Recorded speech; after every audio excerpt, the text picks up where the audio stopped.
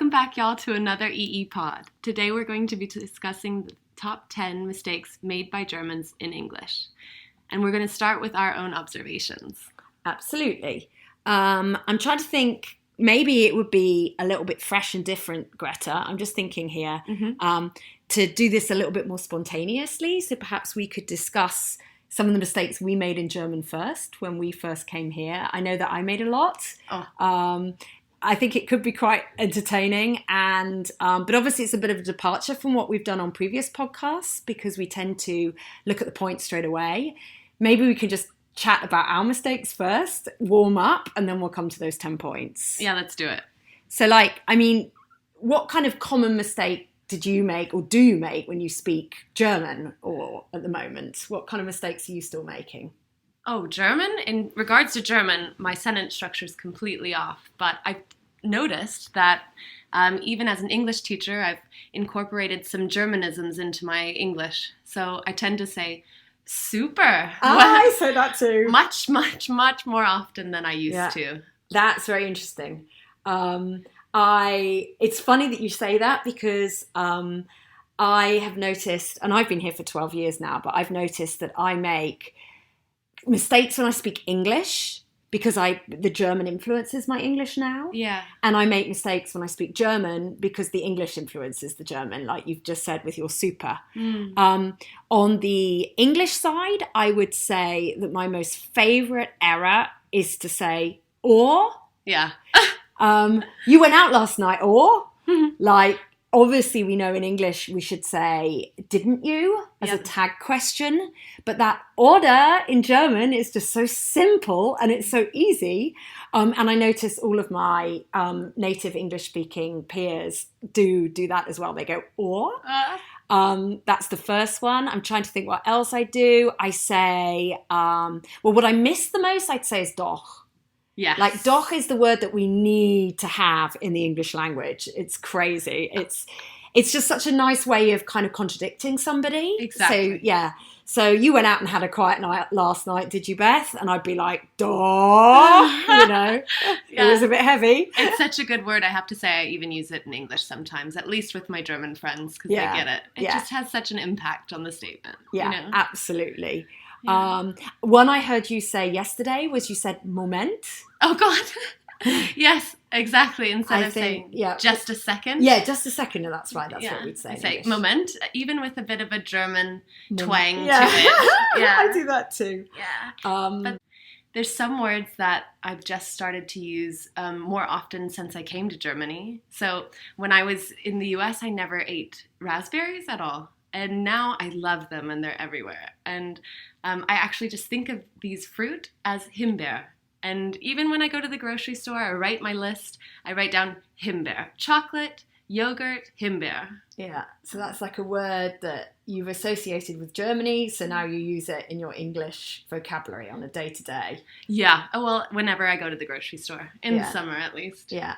I mean, I did that. I'm surprised you didn't say that your first word was Steuerberater, by the way, because that's my experience. That's one of the first words I learned when I got here. Okay. I think my first sentence that I learned was something like, ich brauche einen Stempel, or something like that. I need a stamp, because that's obviously the bureaucracy here is very different from the UK. But when you talk about your Himbeer, funnily enough, I think my Himbeer is a Sockelleiste. Okay, what is that? Well, when I renovated an apartment here in Munich, I needed Sockelleiste. And now I honestly wouldn't, I would know because I've thought about it now in my head for this podcast. It is a skirting board. What? It's a skirting board. And another one, for example, to do with the renovation was a Wasserdurch, I think it's a Wasserdurchlaufhitze or something like that. Forgive all those German speakers that just think, oh gosh, that woman knows nothing. Wow. But I know that in English, it translates as a flow type heater. Who needs that? But I don't, it's vocabulary. that you associate it with something in a certain language that's difficult to then use in your active language, in your native language. And that's why actually at Executive English we use specialists, because you know what you need to have these words in your active vocabulary. So that's why we have trainers in law, we have trainers in HR, trainers with different specialisms, because these words need to be in our active vocabulary. Otherwise, we just won't use them. Yeah. But yeah, so ich brauche eine Stempel. What was one of the first sentences you learned? Oh, the very first sentence I learned actually was, I was still in the US, but I had a German boyfriend. And I told him I had wanted to learn German. And we never really spoke German that much. But I would always tend to leave the lights on. And so he kind of tried to make a little connection with, I want to learn German. I want you to turn off the lights.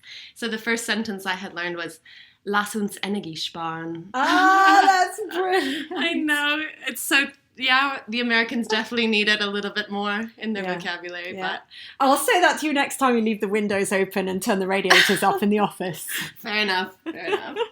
That's good. Yeah.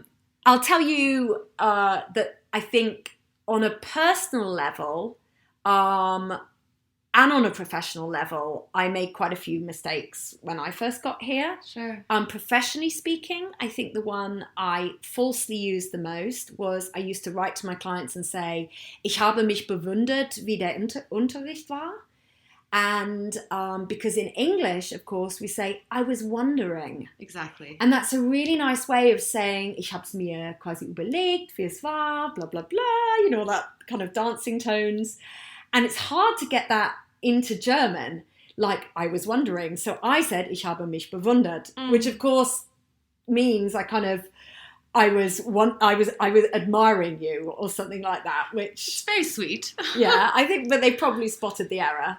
I don't do that one anymore. Okay. And I think my most classic, hilarious story of making a mistake in my personal life was when I was moving out of my apartment and I was in Schwabing, and living next to me, there were an elderly couple, and they were in their 80s, and he was in a wheelchair, and I used to go in sometimes and help him. Wonderful guy. And I had all the boxes out on the landing, and I remember I rang on their doorbell. And it took quite a while for somebody to come. And I always knew that meant he was coming. And he opened the door and I gave him a really big smile. And I said, ich ziehe mich jetzt aus. Ich ziehe mich jetzt aus. And he looked at me. And I didn't understand what I'd said, you know. But like, I think what I said was, I'm about to take my clothes off. Oh, God. I think. Is that right? You see, how would you say? So. Oh, yeah, I know. Because he said to me, he said, Frau Negos, ich glaube, Sie wollen sagen, Sie sehen jetzt aus. Sie sehen jetzt aus, Sie ziehen jetzt Yeah, genau. Sie sehen jetzt Genau. But it's difficult when we've got these words that are similar in English and we try and get them into German. Yeah. That's where that miscommunication happens. Yeah. So yeah. Anyway, so some of those classic ones. Any others that you've got? Oh, that just reminds me of one last one. Every summer here in Germany, I don't know if you guys remember summer 2015 in Munich, but it was quite hot, and it was the first year that I had moved here. And as an American, we love our air conditioning. And there was none in my apartment, so that's something I had to get used to. And everybody, whenever I went to class, would ask, yeah, how are you? And in German or something like this. And I would always respond, yeah, ich bin so heiß. Which is totally I'm fine. I'm hot, baby. Yeah, totally fine in English, completely. Not okay in German. Yeah. And they would giggle and they wouldn't say anything. And it took, I don't know, somebody told me like a year later, like the following summer. So I told everybody this. Yeah. And actually another classic one, it reminds me, Greta. Yeah. But I remember being sat in my WG, my shared accommodation, and saying, ich bin sehr aufgeregt. Okay. Yeah. Explain that one to me. Well, you see, in English we'd say, I'm really excited. I can't wait to see you. Ich freue mich. I'm really excited. Ich bin sehr gespannt drauf. Okay. Right? Yeah. In German. And in English, in German, I was saying, ich bin sehr aufgeregt. That means I'm excited. It's like one of those. I think that's right. But I should have said, I'm angespannt. I'm looking forward to it. That would have been a better translation. Okay, maybe they liked the first version that you said and kept it that way. Yeah, and they always say to me, Sue, sweet. But anyway, I think having, I suppose, being quite honest and expose the errors we made when we came here, and the errors we still make, because I'm sure the German I just used there was terrible. But I think it would be nice to turn this now into the errors that we detect when our clients speak to us, because I think there's lots of different errors we hear, but there are those errors that just come up again and again and again. And this is the point of this podcast. At all levels, A level, C level, I hear some of the same ones, especially with prepositions or just these little things that keep popping up. So we're going to try and fix those today, or at least go over them. So the first point we have is when you meet someone. And often when we meet someone, we say, it's nice to meet you. Yeah, we introduce ourselves and then we say, it's nice to meet you. Yeah, and then I'd say you too, or nice to meet you too. Exactly. Yeah. But the thing is, I always hear from Germans, people I've met quite often, they'll actually say, it's nice to meet you, even though we've met before. Yeah, that's a good one. Yeah. That's very, very true. Because meeting happens only once. We should say, really, on the second and third meetings, it's nice to see you. Exactly. Yeah, okay. That's interesting. And what about things like when a German says, we see us tomorrow?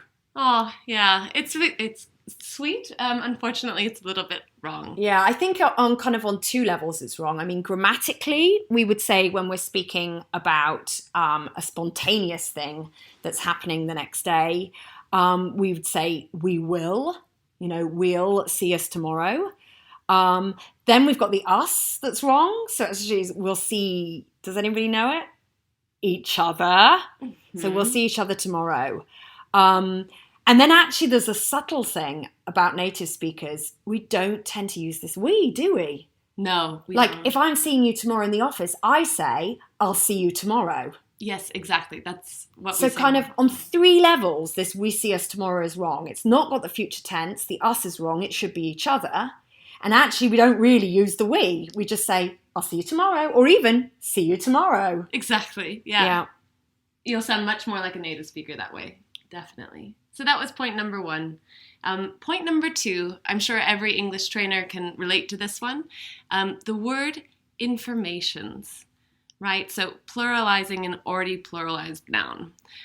We don't say informations. S never comes at the end. So it's information without the S. Exactly. And it's an uncountable noun. So we can't parse it apart. We would say, can I have some information, or do you have the information I need, even if it's more or less? Yeah. So it's like meal, which is flour. If you're cooking, it's flour in English. You wouldn't say, I have a flour. You have some flour because there's so much tiny particles that make up the flour. It makes it an uncountable thing. It's the same with liquids. It's the same with rice. It's the same with knowledge. It's the same with research. Money's a tricky one. Yes, is that countable or uncountable? That's a very good question. So I would say it, the money is, so it's uncountable. But then we talk about euros with an S. Yeah. Yeah, 12 euros. So 5 million euros. Absolutely. So that's definitely countable when we talk about currencies. Exactly. So that would have an S at the end. But if we don't give a specific amount of euros, millions does have an S at the end. Like tens of millions of euros. Those all could have an S. Yeah, absolutely. That's right. But be careful with millions, people, because another famous mistake that I hear is this problem with Milliarden in German. And Milliarden is a billion in English. And Millionen are the millions. Right. And that's often used incorrectly. So, but you're quite right. It's information. It's the money is, but it's tens of millions of euros. I think that's quite important.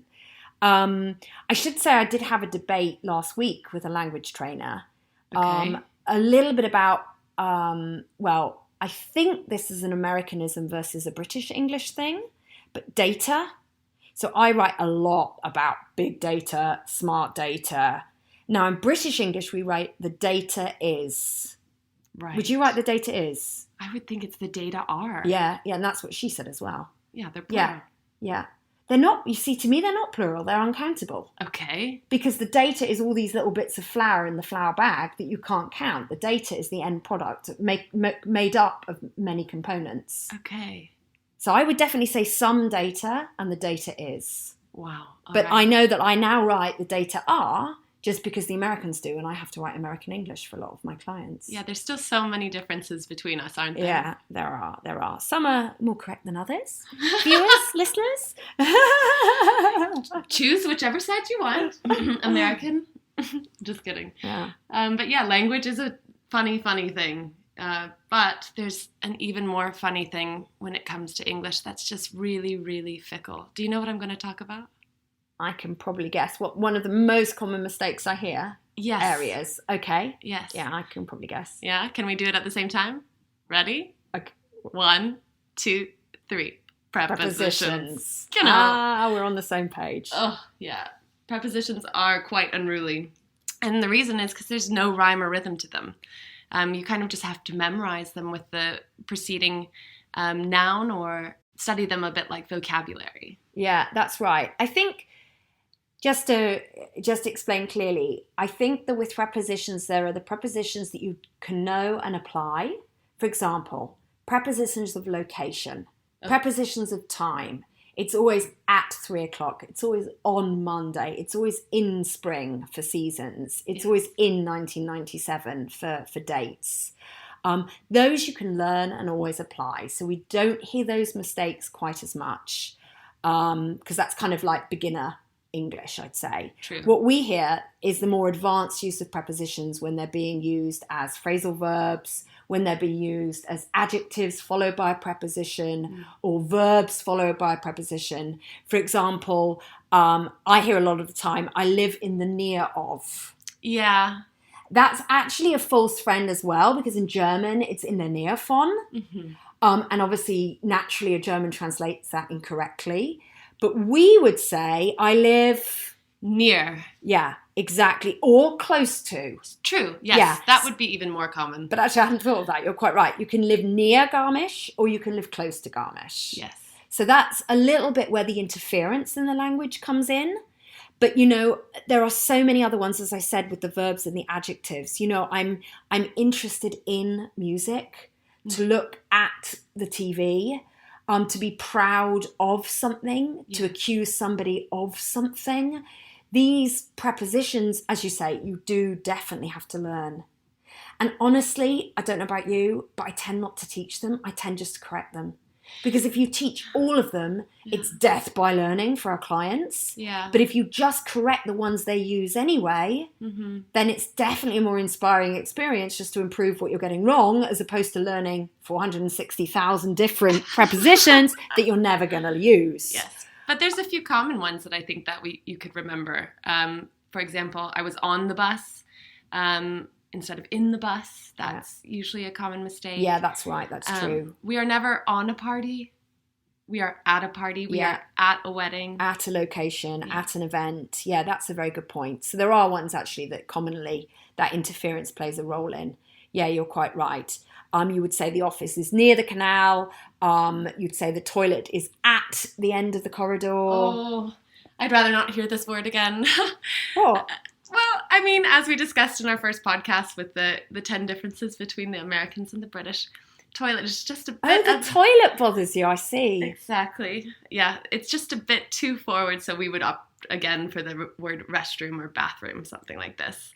And we wouldn't say we're on it, we're going to it, or we're in the bathroom. Yeah, okay. Yeah, it's not a big issue for us. Anyway, let's move on. I think this is a small point, but it's really important because we work a lot with marketing, media, advertising agencies. Yeah, some of my favorite clients. Absolutely. And I sometimes, right, I hear these mistakes so often now that I start to question whether or not I'm wrong. Do you ever get that? Yeah. But how would you describe the difference between a brief and a briefing? Oh, right. You would say I just went to the briefing. So the briefing is the actual meeting. And then brief is actually the content that you take away from the meeting. Yeah, absolutely. So. I would say that too. And the number of times clients say to me, I'm going to send you a briefing. I know. Yeah. I suppose you could say, I'll send you a briefing document, because then the brief is an adjective. Exactly. So you can send a briefing document, but you don't send a briefing. You send a brief that came out of the briefing. Yes. Okay. I'm glad we got that out there. Yeah. Yeah, on the waves, because that is such a common mistake. Point number 5, again, this is something I wanted to mention, make or do. Make or do, exactly. Machen in German. Yeah, exactly. Or tun. Yeah, but tun is used less so. Is that true? Yeah, but I think it's kind of a make or do. That's a relatively useful benchmark. Machen, make, tun, do. Okay.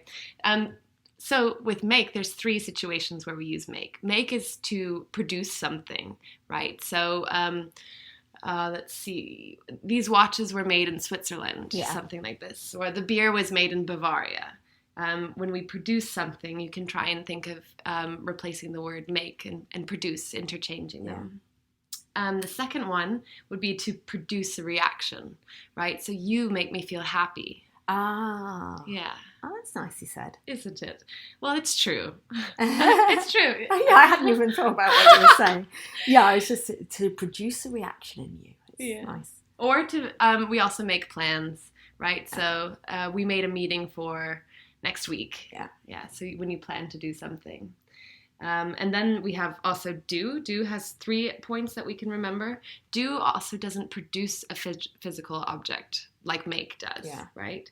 So when we do work or jobs or tasks, like, have you done the reports yet? Yeah. Did you do your homework? Yeah. And then, like, number 2, we've got activities like in general, without being specific. Like to do sports as opposed to make sports, yeah.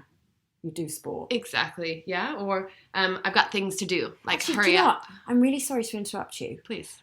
Is that another influence of German on my English there when I say to do sports? I was going to say... Would we ever put an S on the end of that? Would we even...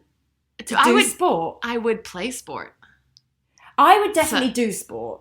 I would definitely do sport. Yeah, definitely. British English, what did you do this afternoon? I did sport. As a curriculum, it's okay. I would never... Okay, interesting. But sports with an S? I played a lot of sports in my childhood. You would say sports with an S? Yes. You see, we wouldn't. In British English, we would say I did sport. Uncountable, not sports. I define sports as team sports, or like tennis, like actual games. But if I'm going running or going to the gym, then I would say exercise. So I wouldn't even do sport or sports then. Yeah, and to be fair, I would say that I would differentiate the same. Okay. Yeah. But I wouldn't say, sorry to interrupt, but I wouldn't say sports, as I just said to you then. I would actually say to do sport. Never. Okay. Yeah. Interesting. So yeah, point number 2, activities in general without being specific. And I think that actually what you were saying about the do of the task or the job, I think that's probably the biggest error we hear most of the time, right? Sure, yeah. I made a good job. Yeah. Yeah. I made a good job. I hear that all the time. It's I did a good job. Yes. I did the task well. That's really important. Just carrying on a little bit, I've got some things that I've noticed. I don't know if this is a bit too subtle, but for example, in German, I hear people say in English then, I made a party. Yeah. And we really, in English, we'd either say, I had a party, or we turn the noun into a verb and we say, I partied. Yes. And so we definitely don't make a party. And another thing that I hear a lot is we made an exhibition. And we wouldn't do that. We would either say we had an exhibition, or we would say we exhibited. Again, we turn that noun into a verb. So That's something I've noticed on a subtle level as well with make or do. And then I think there are the ones, I think if you learn, like if our listeners now learn what you just said about the make or do differences, I think they will really progress and speak better quickly. But there are ones, unfortunately, I think you just have to learn. And these are phrases that just sound so different in German. For example, in German, you would say, eine Erfahrung machen. Right. So lots of my clients say to me, I made the experience, which I understand, you know, it's that interference, but we would have an experience in English. And another one is sich offen machen für etwas. Okay, what's that? I hear clients say to me, I made myself open for it. Which I made myself open or something like that. And we would say to be open to something. Stimmt. I think the Germans do say to be open, offen sein. They do say that as well. Yeah. Okay, Yeah. I like that one. Yeah, so to be open to something. I think that's another kind of one where you have to use it correctly, really. You have to just learn them. Which is why probably we should come to number 6, which is false friends. Yeah, let's go. Because I think most of the errors are because things sound similar in the native language, so they're used incorrectly in the target language. Yeah. Or it's not just sound, maybe they look similar, or they, you know, things like that. I think that has an influence, and these are false friends. Yeah. For example, the word for in German. Yeah. Classic. VOR. Yeah. So, ich habe das vor 2 Monate gemacht. Yeah. Where that would mean I did it 2 months ago. Yeah, absolutely. Instead of 2 months before. Yeah. Or no, for 2 months. No, exactly. That's how I hear them say the error. I did it for 2 months. Yeah, that is the error. Yeah. Exactly. Or for 2 months, I went to Australia. Yes. And it should be, I went to Australia 2 months ago, or 2 months ago I went to Australia. Because for 2 months would mean the duration of the time. You can miscommunicate quite easily with this for. That's a very good point. Yeah. I mean, another one that I think happens a lot is German clients will say to me, as I was 5. Yes. Or as I was young. And obviously that's because in German you'd say, als ich jung war. But of course in English we say, when I was young. So this als is when, and I hear that as coming out quite a lot, which is obviously incorrect. I'm trying to think what else I hear. Do you hear your clients say quite a lot, we were 5 people? Yes, or just we were 5. Oh, really? Yeah, we were 5. And that would mean, like, we were 5 years old. And that is true. We've all been 5 years old before. But I don't think that's the point that they would like to get across. Usually what they're trying to say is there were 5 of us in the classroom. Yeah. There were 5 of us. Right. That's how we say it. Again, not starting with we. Yeah. Yes, that's good. Yeah. We were 5. There were 5 of us. Yes, that's a very good point. I haven't thought about that. Yeah. Yeah. I mean, just to summarize with you what I think are the biggest false friends that I hear the most. Everybody knows handy. Handy sounds like an English word. It's not. Obviously, it's a mobile phone or it's a cell phone. Yes. I hear motto used incorrectly. Do you hear that? Sometimes. The Germans say, you know, what's the motto? We would say the theme. Yes. We wouldn't say a motto. And again, this is another briefing. All of my clients in the marketing arena say the claim. Okay. Just do it is the Nike claim. Now, I would say slogan. Definitely. It's a slogan, isn't it? It's a slogan. But you know how you start to double guess everything and think about it? Because, like, you hear it so much here. Well, it is English. I'm like, am I wrong? Claim is English. Yeah, but it's not, is it? Not in this context. No, exactly. That's right to say. No, not in this context. I hear beamer a lot for overhead projector or projector. But a beamer is actually slang for BMW. Yeah, at least in the US. True. Yeah. He's got an old beamer. Yeah. We would say that in British English too. And then here, that's interesting. Do you know what I was about to say? The uber popular one. Yes. And this is where now in English, by the way, we tend to use German words. German's becoming more and more cool. In fact, you know what, Greta? What? That has to be our next podcast. What?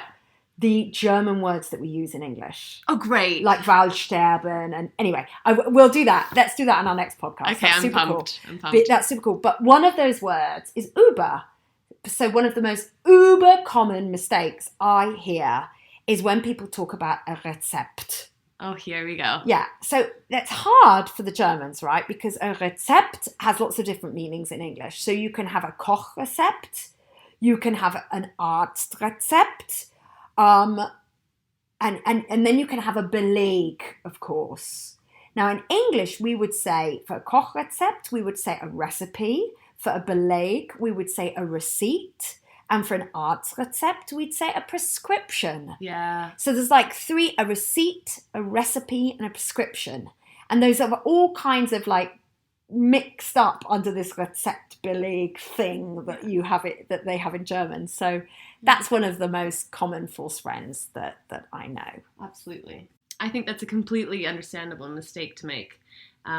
Another phrase that pops into my head, which would be point number 7, is a phrase some of my clients have said, how does it look like? Yeah. And it's a bit confusing because you would correct the sentence in 2 ways, right? Yeah, Depending on what the question really is intended to ask. So you would say, how does it look? Or how's it look? Yeah. Right? When we talk about like, oh, you just built your kitchen. How's it look? Right. And I go, cool, great, super. Exactly. Maybe I wouldn't say super. Maybe that would be a German influence. But anyway. Yeah. So you would respond with something like good or bad as the person who's answering.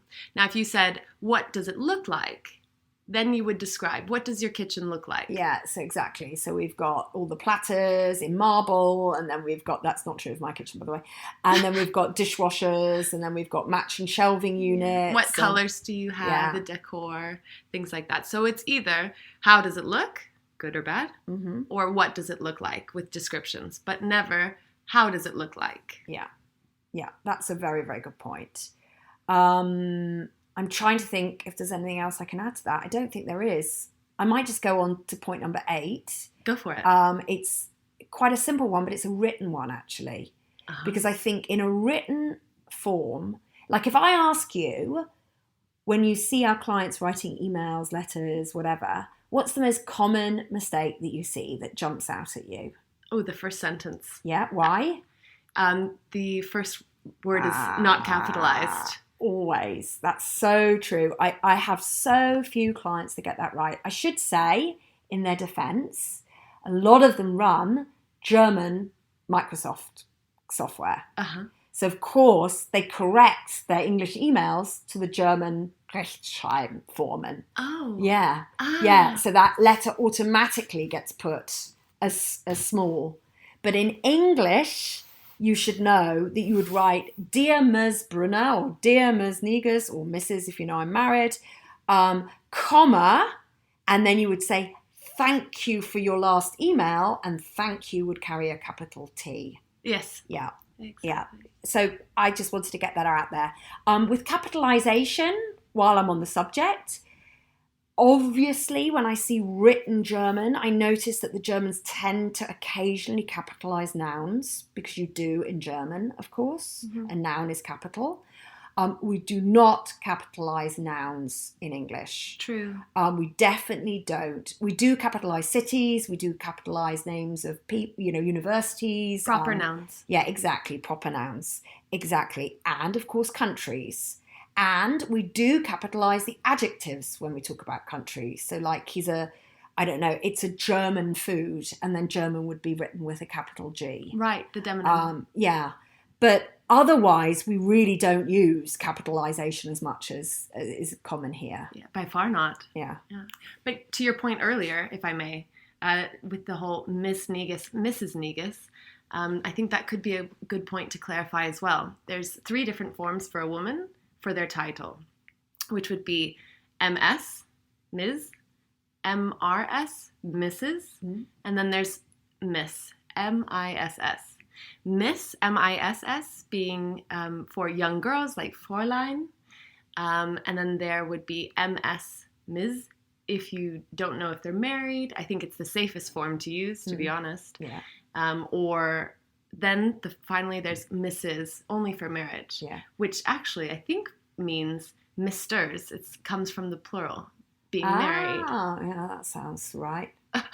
I don't know, I like that, but yeah. So it's the always, etymology of that word, I suspect, yeah. So I think it's always best and always safe to use a Ms. I think Ms is really good. I say Ms, by the way, you say Ms. How do you say it? Ms. Ms. No, I say Ms. Ms. Yeah. Wow. Yeah. British. Yeah, I'll never forget in chemistry. What? My new chemistry teacher, she walked into the room and she wrote Ms. Carhill. Ms. Carhill was her name on the board. And Nerd Niga, sitting in the front row, puts up her hand. I said, "Excuse me, miss, you've spelt your name wrong." What? Because I had never seen Ms. Oh. And she said to me, "Do you know if I'm married, Ms. Negus?" And I said, "No." And she goes, "Do you know if I'm single or do you know if I'm divorced?" I said, "I don't know." And she goes, "That's why we write Ms. I'm neither of those." Well, that'll drill it into your yeah, brain. I never, that drilled it in. Yeah, but I would be careful, like you say, with Miss. Yeah. I think Fraulein is dead. You don't use that here anymore. And I think you need to be a bit careful with Miss. Unless you know that somebody's really junior, just use Miss. I don't even recommend using it at this stage anymore at all. Unless you know a 5-year-old girl that you are going to write Miss, happy birthday, Miss Bruner. Yeah, okay. No, that's very interesting. So what's next? There's some adverbs that I notice a lot that are used like false friends. They're kind of used in a time context. For example, the most common one I hear is when somebody wants to say gerade jetzt or aktuell, and they say actually. And they mean currently. Yeah. And actually, in English, is tatsächlich. That's right. So currently, I am speaking to Greta. Yeah. Actually, we are almost finished. Yeah. Actually can also mean doch then, right? Yes, absolutely, it can as well. So you would say, like, didn't you have cereal for breakfast? And you would say, actually, I had a banana. Yes. Yes. That's a little bit like a doch. Isn't it? That is our doch, isn't it? It's not as good as a doch. It's not as good as a doch, but you know what? It is. It's good. It's good. Okay, actually. Eventually is another one. Sure, definitely. Because in German you say eventuell, meaning maybe, perhaps. Okay. And eventually, how would you explain what that is in English? How would we use eventually? It will come sometime in the future. Yeah. Without a defined moment. Yeah. Eventually. Someday. But how do the Germans misuse it there now? Now I've noted it down as something to mention. I'm trying to think how the Germans would use it. I am eventually meeting a friend.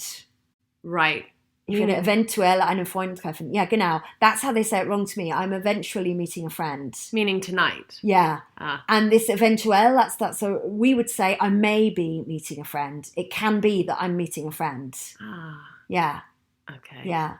Where we would talk about it much more in the future. Like, eventually things will fall in place. Absolutely. Eventually we all die. Oh, stop that. Yeah, but it's true. But that's a good example of how far in advance eventually is. Like, I'm going to study a 4-year degree and then eventually I will have graduated. Yeah. That's how we use eventually. So far more long-terminist than this kind of tentative eventuell in German. And then we have our last point. Yeah. Will you take it away? No, you go for it. Okay, let's go for it. I think this one is a funny one because of the actual meaning. When you want to grow your family or your wife is pregnant or you are pregnant, we would say on the day of the birth, like, she had a baby today, right? And oftentimes I hear... Or even, we had a baby. Oh! Trust me, if you've had a baby, it's not a we. I'm sure. So, yeah, there's we would say we had a baby or she had a baby, right? And typically I hear the Germans say, like, she got a baby last spring. Yeah, that's brilliantly wrong. Yes, brilliantly wrong. It sounds to me she got a baby as if she went into a shop and bought it, put it in her basket and walked out with a big smile on her face. Or just She's took it. got a baby. Yeah, just got one. Yeah. Or she just took it, like you say, she got a baby. Why not? Yeah, just picked it up from the store. Who cares? Yeah.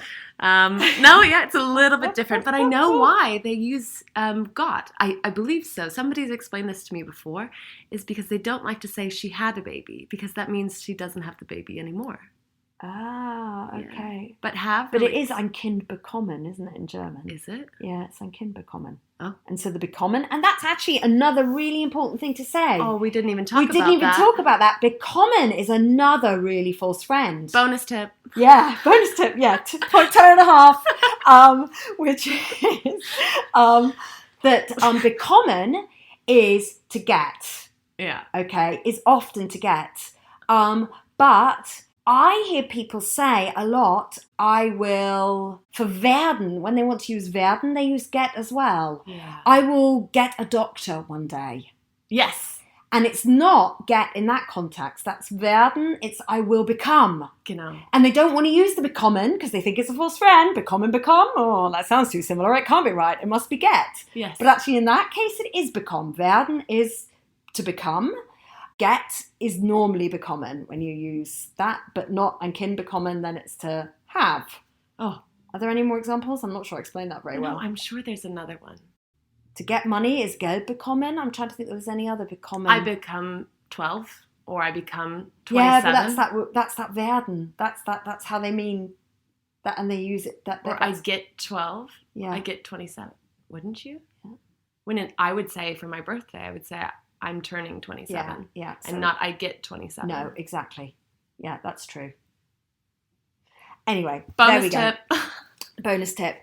On the subjects of, you mentioned pregnancy, I think that one of the most funny experiences I had with a client was a client that had sent off a design proposal to the German government, and for the most amazing concept. And they went through the presentation because they were so proud of it afterwards. It was through the PowerPoints. Okay. And we got to this one slide, and I remember the head of client services saying, "Look at this, isn't this amazing?"